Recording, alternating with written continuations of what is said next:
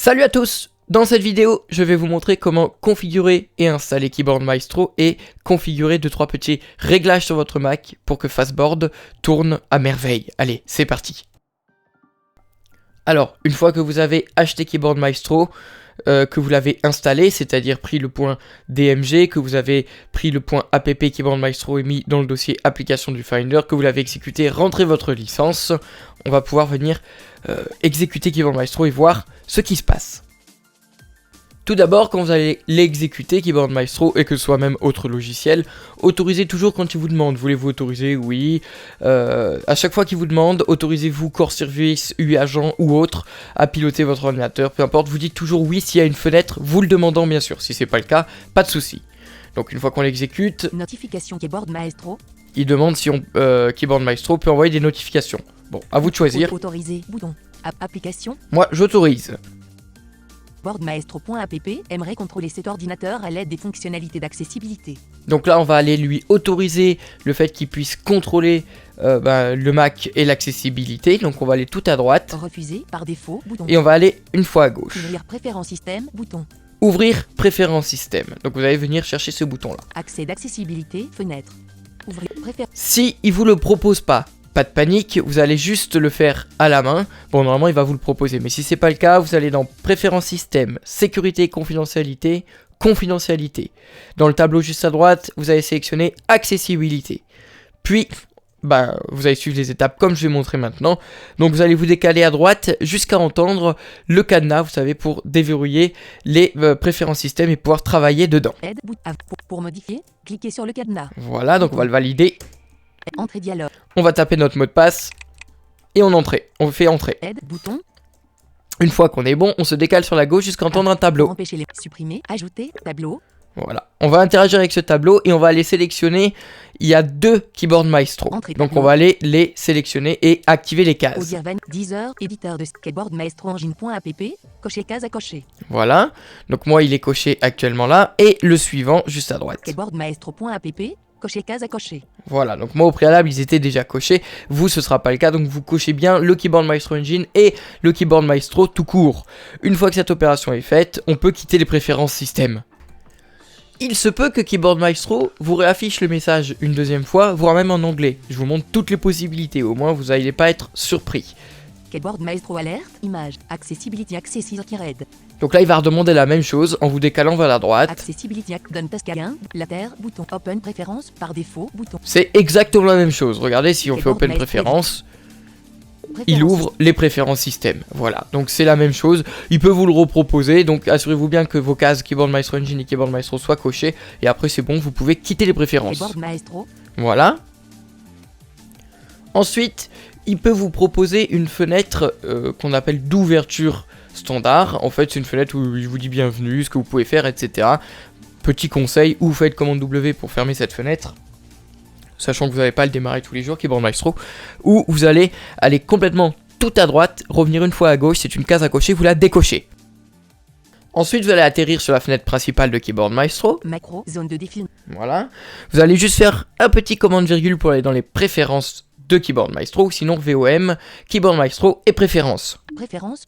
Une fois qu'on y est, dans la barre d'outils, on est bien sélectionné par défaut l'onglet général. On fait une fois flèche de droite. Launch Engine à login, coché, case à cocher. Vous vous assurez que Launch Engine at login soit coché. Si c'est pas le cas, vous le cochez. Une fois qu'on est bon, vous pouvez fermer avec commande W les préférences. Close.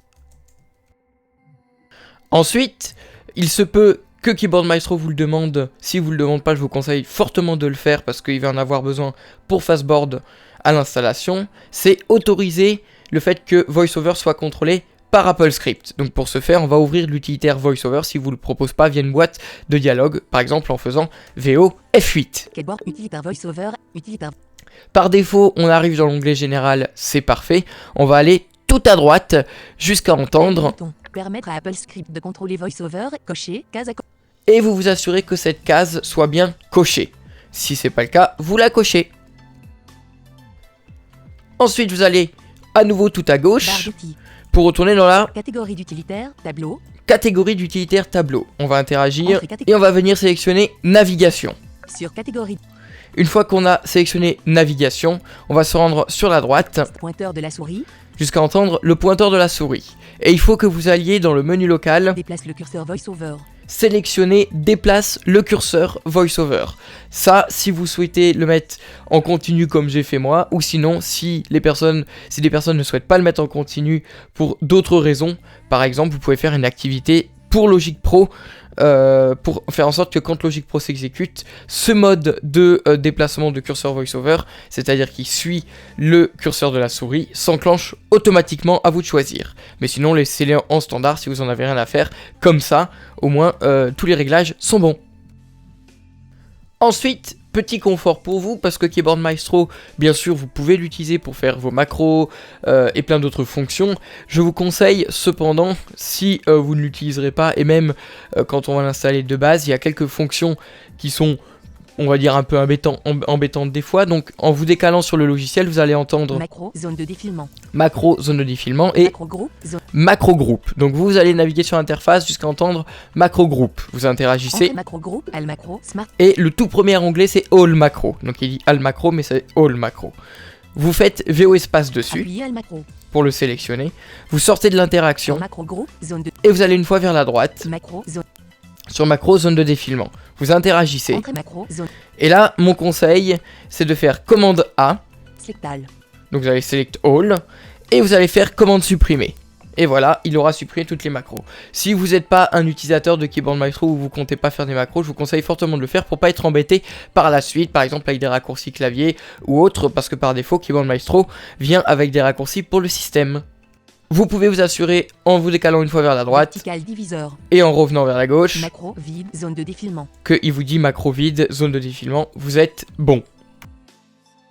Il se peut également que Keyboard Maestro au prochain lancement, si vous le réexécutez vous-même, parce que sinon après, je vous le rappelle, il n'y aura pas besoin de l'exécuter à la main. Le Keyboard Maestro Engine est là pour ça, pour faire tourner Fastboard après. Mais il se peut que si vous le réexécutez, il vous demande si vous voulez vous inscrire à l'assistance, donc à vous de choisir, vous mettez votre mail, etc. Et il peut aussi vous demander si vous voulez que Keyboard Maestro accède au contact. Concernant les réglages de Keyboard Maestro et pour VoiceOver, on est bon. Dernière petite chose qui est aussi du confort, mais après c'est à vous de voir, je vous la montre quand même, après ce n'est pas une obligation. On peut quitter Keyboard Maestro, Finder. vous allez vous rendre dans Préférences système en passant par exemple par la barre des menus, Préférences système. Préférences système, et on va aller sélectionner l'onglet clavier. Clavier. Voilà, une fois qu'on est dessus, vous allez le valider, Chargement des.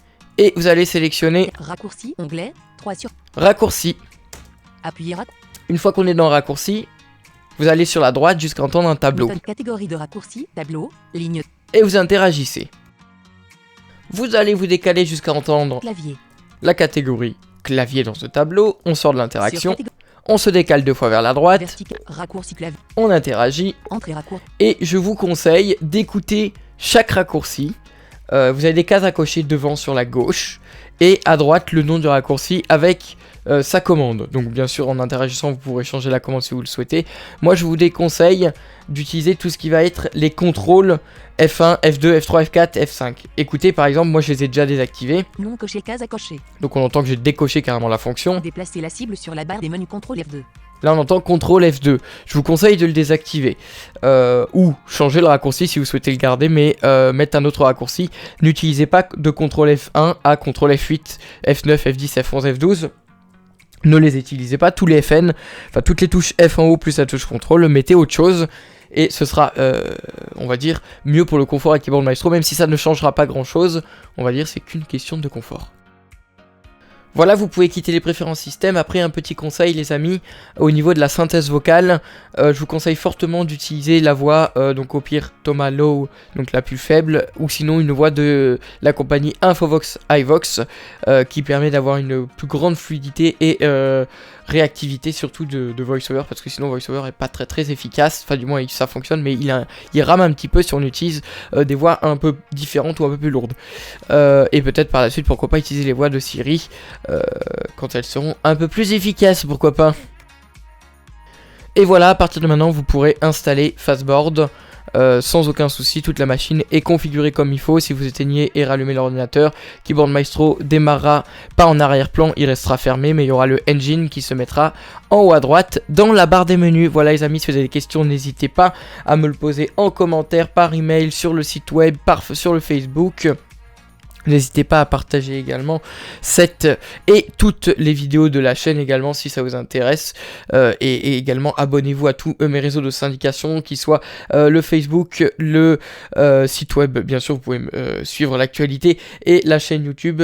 Plein d'autres vidéos tutos vont arriver concernant Fastboard et autres.